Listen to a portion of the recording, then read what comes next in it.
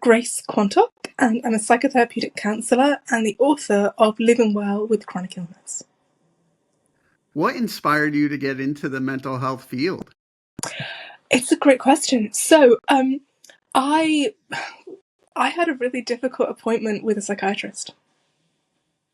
So I, was in a car accident, and I was diagnosed with PTSD after the car accident. And I, went to see a psychiatrist, and, was already living with chronic health conditions, was already disabled, was already in a lot of chronic pain, and then was really struggling with PTSD after the car accident. And, then she was speaking to me, and she said, "Of course you're depressed." I thought, I don't think I'm depressed. And she said, "Look at you.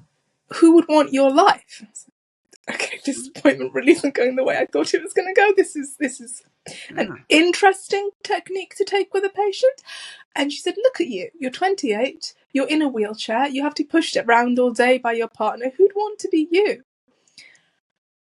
And I just thought, okay, that wasn't what I was presenting with. I'm presenting with injuries from a car accident and PTSD, and that's what I'm asking you for support in. So I kind of said that. I said, okay, we're going to have to kind of put that to one. Obviously, I was very kind of hurt by it, but I'm like, I'd waited like a year for this appointment, so I'm really trying to get everything out of it. So I'm like, okay, I've got to somehow just put the injury of that aside and just try and get something to the appointment. So I said, here is everything I have done that hasn't worked with PTSD. So can you please help me figure out what might work? And so I had my folder, I got my little folder out and showed her everything. And she said, "Yeah, you've done everything." She said, "Actually, can I take some notes on what you've done? Because it would be useful for my other patients. You've done a lot. That would be great. Can you tell me those resources and give me those book names?" On the one hand, I was thinking, good for her for taking the information on to really, learn. On the other hand, I'm thinking, this is my appointment, and that's actually terrifying that you have nothing else to offer me, and actually think that I possibly have things to offer your patients that you don't. That just makes me feel even less resourced when my resources aren't working. So, I went away and I was able to find some books and some support. And then, later on, I started to, think about when I got a little more well and able to work. I was I was doing mentoring and then coaching, and then kind of moved on from there and graduated into the clinical work. And now, yeah. Yeah, I was looking at your website, and you do so much. What is it like? What are some of your methods? So I do I like having a portfolio of what I do. I think it really has a level of integration to it as well, and it also means that I'm not kind of seeing clients back to back, kind of 9 to 5 every day, which for the level of work and the intensity I do with the trauma work would just be too much. I wouldn't be able to sustain the level of work. I wouldn't be able to do it effectively. So I really, make sure I don't try to do that in any sense. So yeah, I work with I kind of have a ground, gather, grow, so we call it somatic compassion, where we're working with complexity in people. And so I have it kind of listed on the website, and we work with kind of, obviously it's individualized for each client, but I offer work around living well with chronic illness. And then we also do psychotherapeutic counselling, which is a more mental health based option, or an option that can work with childhood issues more. So, traditional psychodynamic therapy often really talks to our childhood and our family of origin, how they impact us today, how that impacts through our lives. And that's really true, and that's really valid. But I love, there's a Jungian, James Hillman, and I read him, when I was training, and I love what he said. He said, when the issues with psychotherapy is that it makes every problem an inner subjective problem. But he said, that's not where problems come from. They come from the environment, the cities, the architecture. They come from the school systems, capitalism, racism, exploitation. And so he said that psychotherapy can turn all of that into you, that you are the one in the wrong, that you are the person with the issue, rather than thinking, what if it's the society that has the issue? What if it's the systems? If you have like a child, for example, that's struggling, what if it's not that the child is doing badly at being a child? What if that they're in a system that isn't ready or able to meet children like that? And so this is what we really try and do in my work, is look at the wider, map the ground, look at what's wider happening in our world and our lives, and understand how our needs, how our history, how our present, how our experience fits into and intersects with that. And then we look at like where we can go from here, what's next. And what I often ask is, what's still possible? Like what can we still do? What is still available to us, even here, even now, even with kind of everything that we've got going on, everything that we do, what is still. And that's where in somatic complexity compassion therapy, the name I've given to the work I do, we're working not to kind of like quote unquote motivate ourselves, but to understand and try and really work with what is and with what is still possible. And you said earlier that you are an author and you just finished up a book. Congratulations. Thank Can you. you tell me a little bit about that? I can. I've got it right here. So, yes, I have. This is the book. It is Living Well with Chronic Illness. Write Your Own Roadmap to Healing in Tough Times. So this is out in the UK at the moment. We're working on a US deal, so kind of watch this space. But if anybody wants to order it from the UK, we can link it in the show notes. But if you order it from Blackwell's bookstore, I believe they still have free shipping to the US. So don't try Amazon. Amazon gets confused and keeps thinking it's on US Amazon and just goes into a meltdown. So there are other retailers are available that don't go into a meltdown when you try and order from the US. So yeah, it's I've worked on it since 2011, and we're really lucky. It's an Amazon bestseller. It's been featured in the Daily Mail, and it was an Amazon bestseller in 2 categories, which I was amazed by. And we're really, really delighted to get such great feedback about it. And it's taking you through, because so often I've found that in self-help books or in influencing or in any kind of form of media, what people are doing is they're teaching you their way of working that worked for them. So they found that weightlifting worked for their low self-esteem, or going on long distance walking helped for their depression. And that's great, and it's a fantastic story. And if you happen to align with some of their experiences, then that can be great for you too. But for a lot of times I was reading this and I was thinking, well, that doesn't take into account this, or well, that assumes that I have that, but I don't have access to that. I don't know how to get access to that, or whatever it might be. Or it's teaching you a way of life that you might not necessarily want, because we know wellness tends to have an aesthetic, right? And the aesthetic is often thin and white and rich, and it assumes that you're hearing, it assumes that you're often neurotypical, it assumes a certain type of prettiness, it assumes a certain type of affluence that is what's wanted. But not everybody wants that. And even those that do want it can't necessarily get it. And that's not necessarily what wellness looks like. So wellness for you could look like meditating and doing yoga on a matching set on the mountaintop. That's great if that works. And like I say this, I love my green smoothies. I love my meditation. I love my kind of, candles and all of this stuff. But that doesn't mean it's for everybody. So if for you, wellness is playing video games with your friends for 4 hours, great. If you feel well doing that, fantastic. So it's about writing our own roadmaps, so figuring out, as we said, the context that you live in, what wellness looks and feels like for you, stripped of all the pressure, stripped of all the perfectionism, stripped of everything that we're told we should want, to actually figure out what wellness can look like in your life, and then making your own plan alongside the book with journaling exercises to get there. I don't tell you, like, I take these supplements, I do these exercises, this is how you can be like me, because there's no guarantee anybody else wants to be like me. And even if they could, they should probably be like themselves. I agree with that because I always think I live with bipolar disorder too, and my treatment works for me, but definitely wouldn't work for anyone else. Yes. And I have family members with bipolar. And like, you couldn't just swap medications. Like, it's funnily Right, enough, this stuff is complex, right? And it's not simple.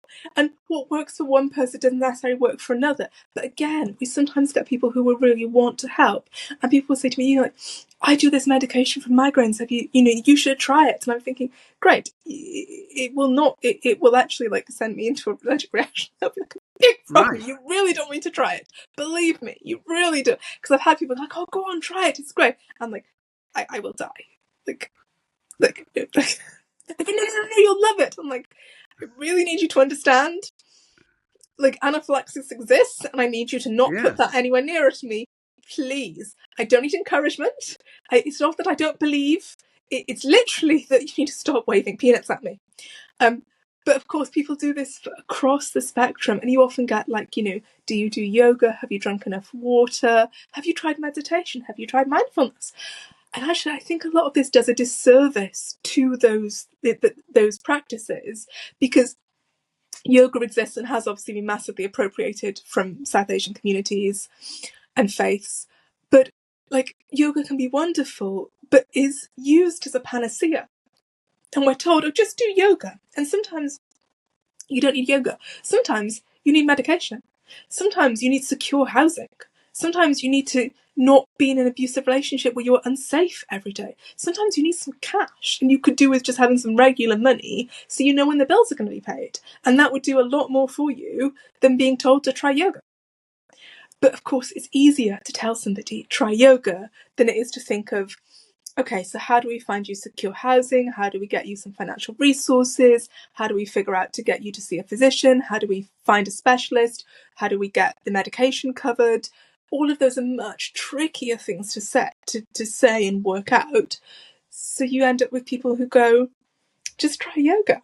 And then maybe you try yoga. I tried it.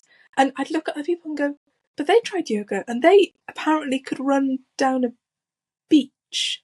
And I have been in bed so long that my ligaments have shortened and my feet are like Barbies and I can't get them on the floor anymore. And so I'm neurodivergent. So I kind of, really took it seriously at the beginning, was like, okay, so like I'll do this thing and like I'll be better.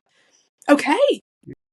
And it's, funnily enough, a bit more complex than that. So that this is also part of the book, that I'm still sick, I'm still chronically ill, and I'm trying to live well alongside it and with it and through it. how does helping others help your own healing process?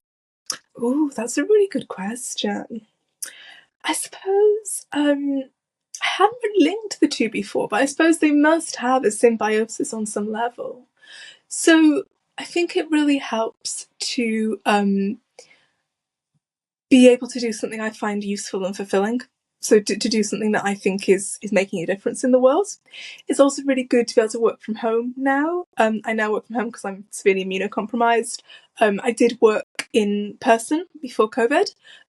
So I actually worked out of an arts centre and a child and family therapy clinic. So I had two locations. And the arts centre location actually had its foundations in, I think, an 11th century monastery. And I worked in what was the bedroom of the family who lived there. So obviously that room's seen a lot of like births and deaths and life. And when you came in on the door, people like draw on the door to kind of do the heights of the children. Yeah. So they had carved it into the stone of the last sons that lived in the house. So you could see like Rupert and Ronald and their heights carved with like the 1800s when they had lived there. So it was an amazing sight. And I also loved it because it was an art gallery, it had a cafe there, it had art classes, it had a dementia group there. So it was also a place when people came to therapy, they were also coming back into community life. And I suppose that's another thing is, as a therapist, I try to be, part of wider communities, like teaching classes and offering writing. And, when I was 21, the doctors thought I had sarcoma, a very extensive bone cancer. It turned out that I actually had very, very severe osteoporosis. So like the holes in my bones weren't tumours, they were holes. But when I was waiting to find the results, I kind of made a list and was like, this is what I want to do with my life if I don't now have to kind of fight for my life. And one of those things was like, I wanted to wear more earrings. And which sounds like small, but it meant to me like finding a fashion sense beyond just wearing the most accessible clothes I could, and kind of valuing myself that would still be a valid thing to do as somebody. Like often here, in the accessible lavatories, they haven't got a mirror, because why would a disabled person need to look in a mirror? No one's looking at us. This kind of, people don't necessarily think of it, but like all the other lavatories have mirrors, but the accessible lavatory doesn't have a mirror. And it's just like casual, unthinking ableism. Nobody's thinking, ha, but they just don't, it doesn't occur to somebody because they don't see disabled people in this way often. And so, yeah, I wanted to do that. And I also wanted to write my book and get the words out in the world. And so, yeah, it was, and at first I wasn't going to, I hadn't really thought of it. I just kind of built on my own plans. And then a friend of mine spoke to me, and I showed her my folder, and she said, what do you think? Why are you being so selfish? And I said, oh my God, what's wrong? And she said, well, don't you think you should share this? I said, well, I don't know, it didn't occur to me. And she said, well, we can't all get this. So if somehow you've managed to bring up all these experts and speak to them, and she's like, I don't know why they spoke to you, but they clearly did. And she said, don't you think you should share this with people? I thought, well, so I had to get permission to work because I was living on benefits. So it took me almost a year or 6 months, I think, to get permission to kind of work. And then, yeah, we started, and I thought, we'll put it out in the world. And what I really love about it is we got loads of feedback about the actual typeface and the typesetting. So we did a lot of work to make sure it was accessible. People who are dyslexic, who maybe are visually impaired. We've also got an audiobook as well. People who are colourblind. And some of the earliest feedback we've had is from people saying, wow, I haven't been able to read a book that isn't an audiobook for years, and I can read this one. I was like, oh, because it's possible. Because I didn't know that up to 1 in 10 people have dyslexia in the UK, or are dyslexic. So these are large numbers. Like, why aren't we thinking about them more when we're putting our media out there in the world? Yeah, that must make you feel good when you hear from people that, it talks to them.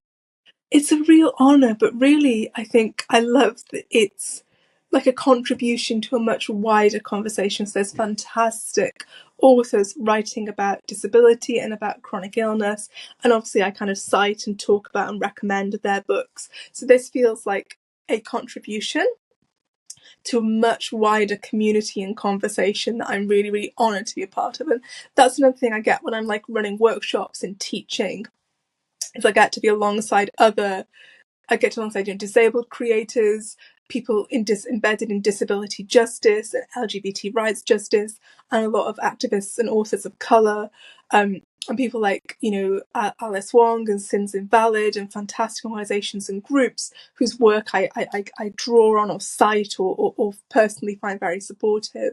And so it's wonderful that there's brilliant groups out there. And even if I've never spoken to people, we're working towards something similar, and it feels a great honour to be part of such a wonderful community. And when I was looking at your website, it talks about creative therapeutic journaling. So what is it like for someone, to get their thoughts, ideas, everything out on the page for, their journey? Yes, absolutely. And we in the book we take you through with journaling exercises and talk about kind of how to do. So the idea is you end the book with your own handbook that you've created for yourself, which is your journal, and of course the practice of journaling. So I love journaling. I think it can generally be relatively accessible for many people. Of course, this includes you can journal on your phone, you can journal via voice note, you can journal pen and paper, you can do art journaling or do kind of mark making. It hasn't necessarily got to be writing. I think it's a really important form of creative and therapeutic expression. There's lots of research into therapeutic journaling and the different impacts that it can have for people. It's one of the modalities, I think, that has the lowest kind of adverse effects and some of the highest impacts. And the thing is, the journal is always there for you. The journal is there at 3 a.m, the journal is there on the bus, and it can be really important to get our feelings and our thoughts out of us, to kind of put them down, to plant them on the page, and then to close the journal. So the journal can be a container where we take it, something you're ruminating on or kind of racing thoughts you're kind of chewing over and your brain can't let it go. And we try actually putting it down on the page, and you imagine kind of dropping it like a rock or kind of embedding it with the pen. It's actually down there. And then that's an attempt to hold it. And when it comes back up in your head, you kind of can gently say to yourself, well, I really hear that you're back. And, we have put you down in the journal, so I'd like you to just go join the other thoughts, and your job now is to sit in the journal, because that's where you're going to live. We don't have to take up space in the head. We can go and sit down on the page. And I love Dr. Clarissa Pinkola-Ristiz, the Jungian analyst, talked about making des cansos, these honouring marks. And she talks about like a grave site, and she talks about, because she did a journal exercise with like a timeline honouring our past, our known and unknown wounds. And I love that she said, there's something to be said for planting things in the ground so they can't follow us around anymore. I like that. That is a good quote. She's amazing. What do you do to help your own mental health? Oh, so I'm in therapy too. Yeah, so and I have my own journal, so I'm very kind of what I say is also what I do. So yeah, so I actually am looking over. At the moment I have an art journal that I've been doing. This is probably about 3 years in now that I've been doing the art journal. So the same journal. Then I have like a little sketch pad. Then I've got my monthly one where I do like an image like a few times a month. So I do it around moons. Then I have my normal journal. And so this might sound intimidating. This is just because I'm really into it. Then I've actually at the moment got a daily poetry journal, because I'm very lucky to be with Literature Wales as representing Wales Writers Programme. So this is a year-long programme by the kind of like the Arts Council in Wales, I guess. It's not quite that, but it's easy to understand. So we received funding and mentorship for a year and masterclasses, and we did a class with the poet Raymond Antrobus, who's amazing, a very talented poet, and he talked about writing poetry daily as a language practice, as kind of practicing our poetic expression or our imagery. And so I actually had a planner that I had bought the 1 year because my favourite planner was going out of print, and then my favourite planner came back into print. So I had this spare one that was a couple of years old that I didn't really know what to do with. So I thought, okay, I'll update it for this year and I will do 1 poem a day. So I've been doing that since Raymond's class. And so that's like a little poetry journal, and it's got like obviously a little section for each day in the planner. And so I'm just doing down a little, like 30 seconds, maybe longer, but just like a few lines and kind of exploring. And it's really interesting to see sometimes the feelings coming out in a poetic, in like a much shorter form.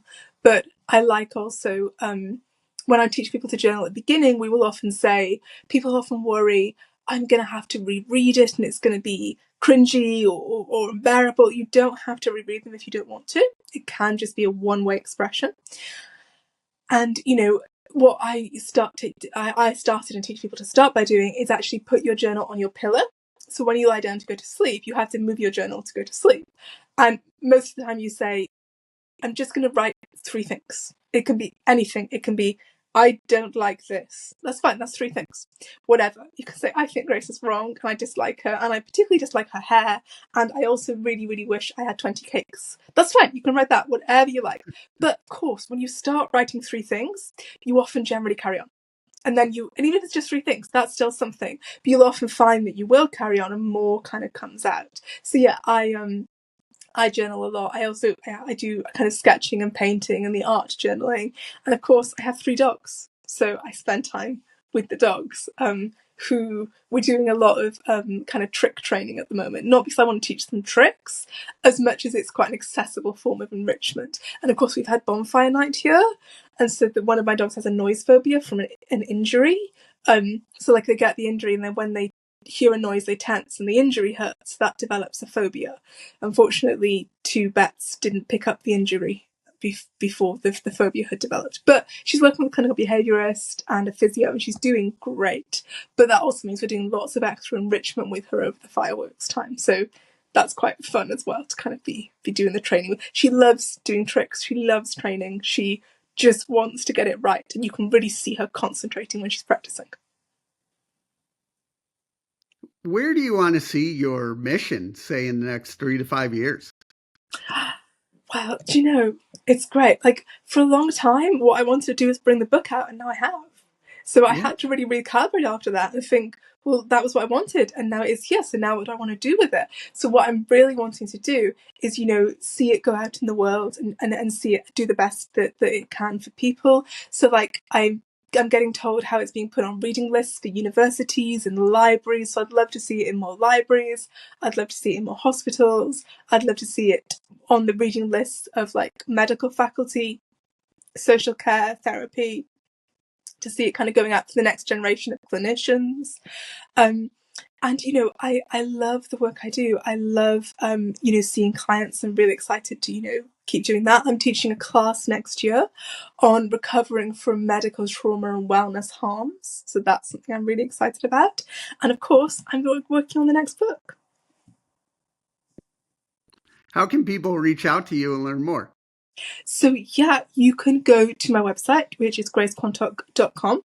And you can also find me on your favourite social platforms at grace_Quantock. I have a newsletter, which is called the Healing in Tough Times newsletter. And for people who sign up, we have pre-appointment pep talks. So these are 10 days of me in your pocket, audios, talking you through preparing for difficult or scary medical appointments. So we take you through how to self-soothe, how to regulate your nervous system, how to pack for your appointment, how to dress for your appointment, how to advocate for yourself, how to take care of yourself emotionally and physically through a scary appointment. Oh, and for people who buy the book, we also have freebies, including talking you through getting a blood draw, a CT, a gynae. We have little audios you can listen to get through all of those. We have waiting room meditations where you can listen in the waiting room and stay calm before the appointment. And then we've got support sessions after the appointments. So if you had bad news, unexpectedly good news, or no news, we have audios to listen to kind of help you process and think of your next steps. Can you tell me a little bit about the newsletter? Oh, sure. Yes. So we have is Healing in Tough Times newsletter. It comes out every Sunday. Across the month, we have essays, we have resource lists, we have the Dear Grace Q&A advice column. We have like lists of kind of little glimmers and positive encouragements. So we have different things going out across the month. And, I'm really honoured. A lot of people tell me that it's the only newsletter they have in their inbox anymore.